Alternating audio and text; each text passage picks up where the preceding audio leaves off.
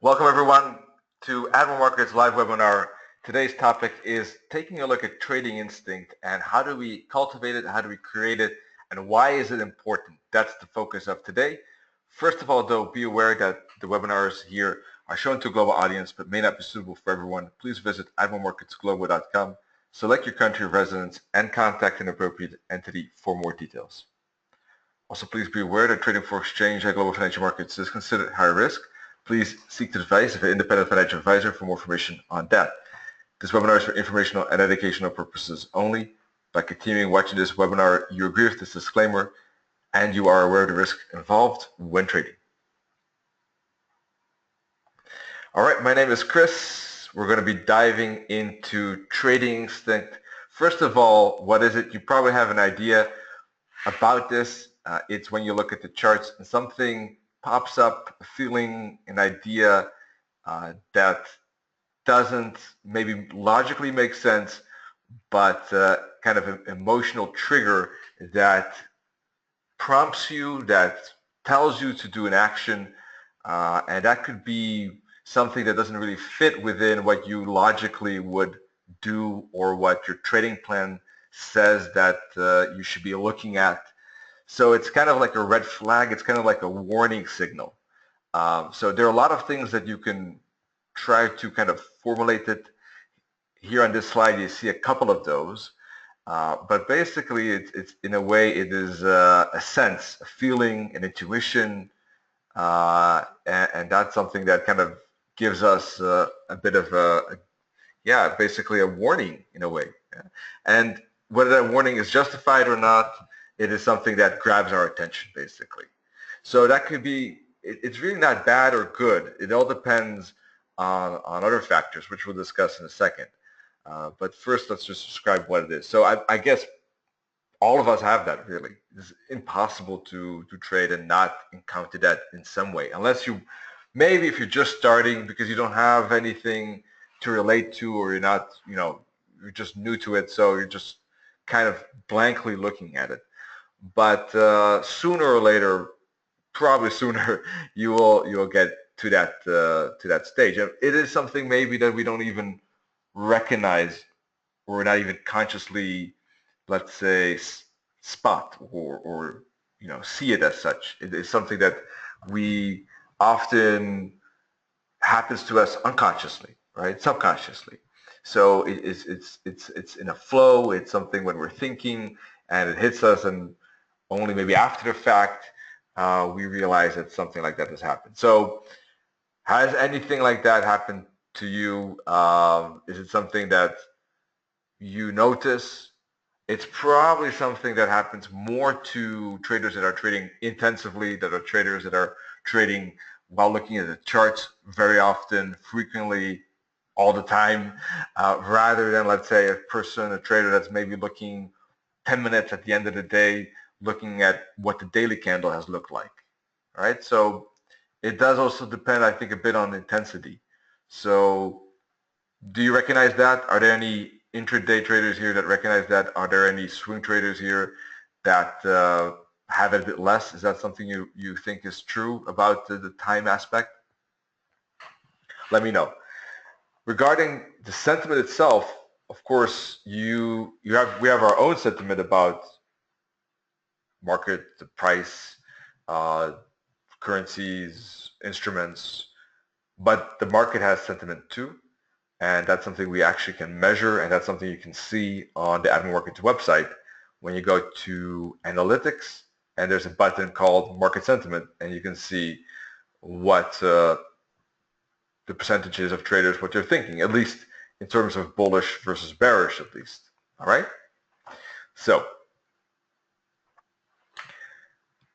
often, whether it is good or not really depends on experience, because as we grow more experienced, this gut feeling, this trading instinct becomes an ally and a friend, whereas at the beginning it could be too much of basically an opponent. It could be misleading us too much, and it has a lot to do with experience, because when we're starting out and kind of a sense, a feeling comes into our mind, then it could be based on fear. It could be something that is not, let's say, rational. It could be an emotional trigger that is a fearful reaction because maybe of the money involved, because our trading decision is questioned and we fear to be wrong. So that's when trading psychology becomes, it kind of kicks in and becomes important. Uh, when you have more experience though, and you've been looking at the charts often, and we'll dive into exactly when that moment is valid. Then, but in any case, when you have more experience, then these gut feelings are more based on past recognition of patterns, of deja vus, let's say, of things that we've seen in the past, and that give justified signals to us, warnings, heads ups, that it's like a shortcut. So when we drive a car after, if you have your driver's license and you've been regularly driving for 20 years, a lot of things go automatic. That happens with trading too. Now, you don't necessarily need to do that 20 years, but just to give you an example. And if you don't have that experience yet, in that case, those signals are a lot less reliable. All right? So that is something that is a factor. And so instinct, is not something that is necessarily good or bad. It just depends. I think most primarily aspect is experience. And that's something we just takes time to build up and time for us to know how to handle it, know how to treat those signals, and you know deal with that. Because if you're aware of it, first of all, then you can first of all stop, think about it, and analyze it, right? Because often we just subconsciously treat the information, treat the signal, and don't even stop to think. So that's type 1 thinking if you just go quick thinking. If you do a type 2 thinking, that means you're consciously thinking about it. So being aware of it is already being aware of how much experience you have, being aware of the signals when they occur, stopping and thinking about it helps you treat that danger in a better way and a more prepared way. And then you can analyze it. You can see, does that fear, does that intuition make sense? Why did it pop up? And how are you going to treat that? Is it something you're going to ignore? Or are you going to act on it? And how are you going to act on it? Are you going to close the trade, or are you going to reduce the risk? And these things you want to consciously think about, but also monitor and then and collect that feedback, because these are great learning points. In fact, if you figure out that you have a certain gut feeling, and 8 out of 10 times you've you've written down the feedback and you look back at your evaluation sheet, and 8 out of 10 times those gut feelings work out indeed as your feeling suggested, that's something to note, right? Or if it's only 2 out of 10 times, that's something to be aware of. Or if you've acted on it, acted on that information, acted on that feeling, but your decisions to act on it didn't work too well. All of that information is valuable. So when you sense something like that, an intuition, stop, think about it, analyze it, decide how you want to react, and then collect the feedback. Okay? Sounds like a lot, but it will help you to gain that experience. Another way, of course, you can, small promotion here for ourselves, is look at our analytics, use the information available on the Admiral Markets website, analysis from us, waves, technicals, so that you can check whether what you're thinking is in line with our thoughts as well. And if not, why not? And if yes, why yes? And you can learn from that too. So instinct can be based on many things. It all depends on what we're practicing. Patterns, for instance, pattern recognitions. It could be based on the trading system that we've developed, on the waves, on the support and resistance levels, on how we do analysis, on the candles that are available, even on the price intensity. Just as, have you seen those moments when there's a big news event, the NFP for instance, right? And price is just on tilt, as I say in poker, right? Moving uh, ferociously, right? Up and down, um, fanatically, right? And not even maybe in one direction. It's just the tick, right? Boom, boom, up and down, very quickly. Right? A lot of intensity. So that gives you a feeling that there's a lot of involvement, a lot of dynamic in the market, and that price is going to move in one direction soon with probably a lot of energy and momentum. So that could trigger an instinct. You know, anytime you look at price in general, without even looking at the chart, price moving, or at the charts, of course, it could cause a feeling, a sentiment. But how you cultivate that depends on what your experience is. What is your expertise? Are you a systems trader using indicator? Are you more of a discretionary trader using wave and technical analysis? Are you more price action oriented, looking at candlesticks or maybe even the tick movements? Are you a trader that looks at support or resistance and waits for price to get there? So that all depends on what type of trader you feel comfortable with, and most likely those gut feelings will start to be based or direct to dots where you get experience in. All right. At the beginning, it could be a mixture of all of it because you don't have that experience yet in one particular or a couple of these fields. All right. For me, obviously, you probably guessed it. I get a lot of gut feelings that are connected to waves. What is the wave count?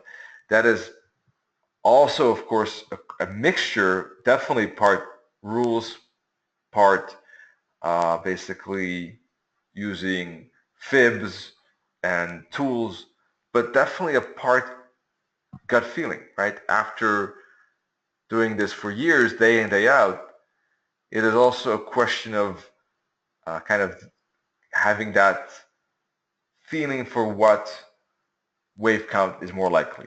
Obviously, some wave counts are automatically ruled out.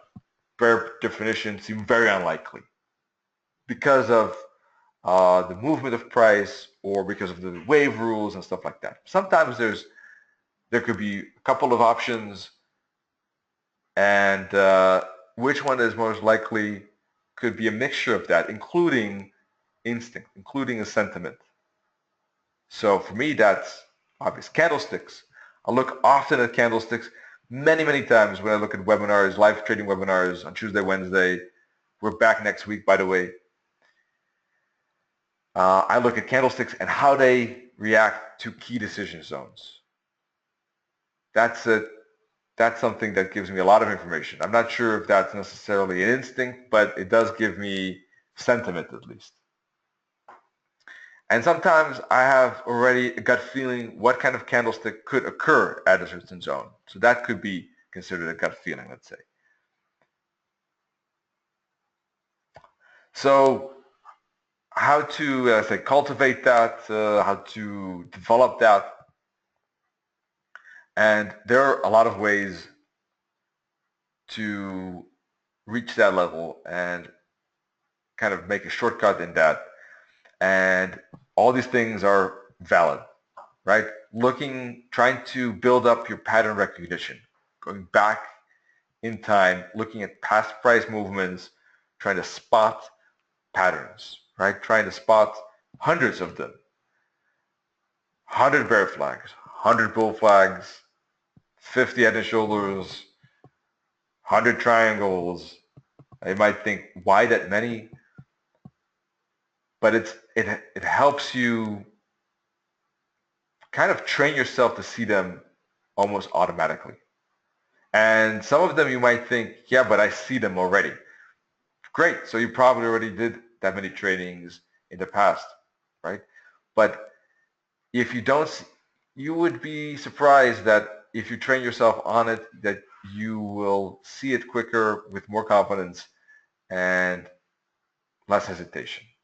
Training, looking at the charts, screening time, going back in the past is tremendously important for gaining that experience and just training yourself to watch price and the charts. Very, very important.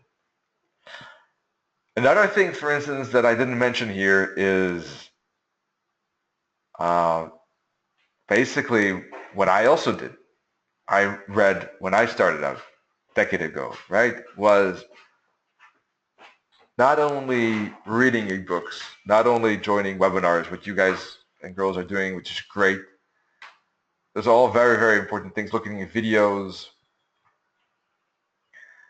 but uh, basically getting experience from more experienced traders in a group, basically, live talking, right? Or a webinar too, but intensively following the webinar. But basically engaging as much as you can to learn from a mentor in a way.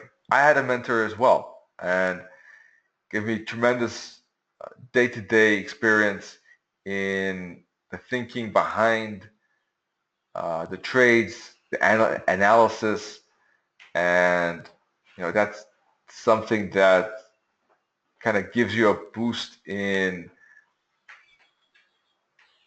the hidden in the logic that you wouldn't necessarily see or find out just by reading a PDF, for instance, right? So it is something that you can get from a webinar, you can get from even a peer group of traders, right? As well, or even actually teaching trading to someone who has less experience to you, because then you're forced to formulate things in your mind to show a chart to someone else. So there are a lot of ways, but engagement with other traders, with traders in various ways, forums, one-to-one sessions, Twitter, um,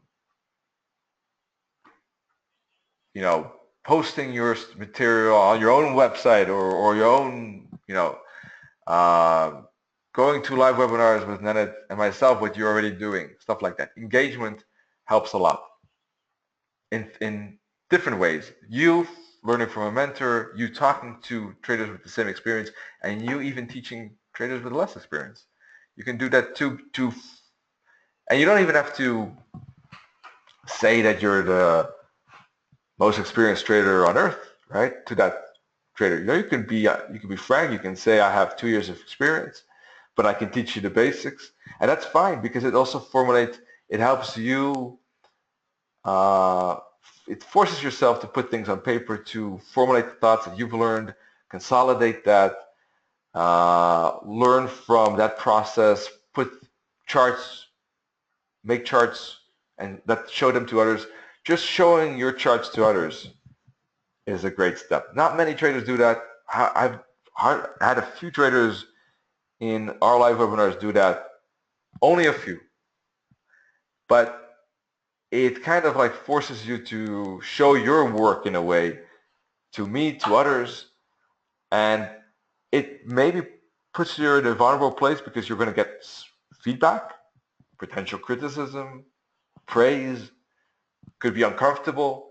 But if you poke through that, push yourself through that, you actually kind of like are able to put together your ideas and thoughts and say, okay, let's see how this stacks up and what can I learn from it. Definitely worth it. Don't underestimate that process. But there are other things as well that can get you the trading instinct. Basically, if back in the past, old days, old school, trading in the pit where traders were next to you, people were taking orders through the phone next to you, you heard what was going on. the order flow. You got a sentiment about that order flow. So that gave you a ton of information. That gave you a sentiment instinct that was um, over years, cultivated over years, but gave a lot of information without looking at a chart. Those traders did not look at charts, right? The pit dealers there, they had the phone and they got orders and that's it, right? They heard their own orders. They heard the orders next to them, around them, discussions, perhaps, I don't know, maybe they were talking to each other as well. I wasn't there. I'm from a different generation, which has only traded here in my own home. So, you know, but from the stories I've heard, from the things I've read, that's what they got, a lot of instinct, a lot of feeling for that. For order flow, supply and demand, you can get a sentiment, even the time of the day, price levels. There are traders that just look at price levels, not even looking at charts, right? Charts are things that are from the last decades. Open orders, all of that, open sentiment, open interest, that's a lot for stock trading as well, not for forex trading. But I actually read an interesting article about that they did a study about they took a group of 20 traders trading full time, and they were trying to see if they could measure gut feeling, if they could measure kind of the feeling, the instinct that we're talking about now. So what they did was they asked these traders to measure their own heartbeat and see if they were in sync with like a certain awareness about themselves and perhaps time, situational awareness in a way. And they found out that the best traders were able to measure their own heartbeat very, very accurately, and that actually they were better able to do that than traders with less performance. So it's interesting that apparently they were very focused, very aware, in a way, a sixth sense about their environment, right? So of course, these traders were trading very intensively. These were all 20, by the way, were intraday full-time traders. These were not swing traders. These were not long-term traders, position traders, traders that were really looking at short-term trades, multiple trades per day, short-term charts.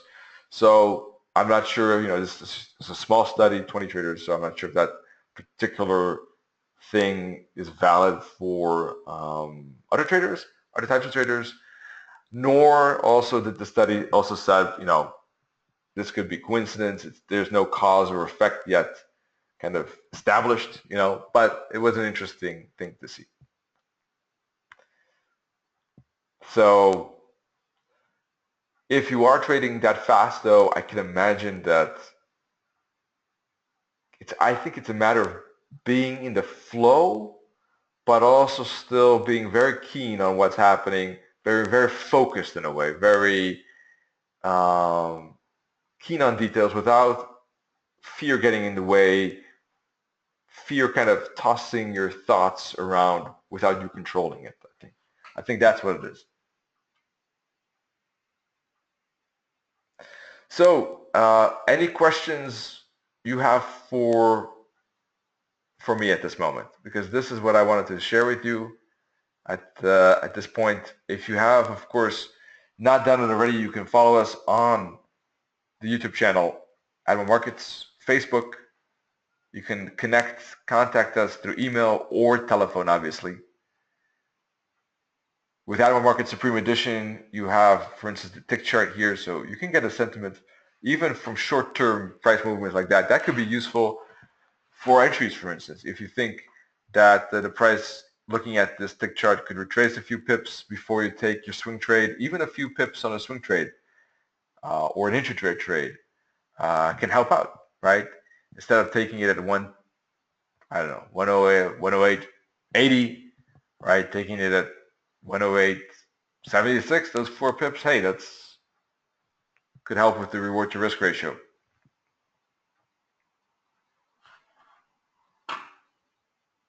Any questions so at this moment?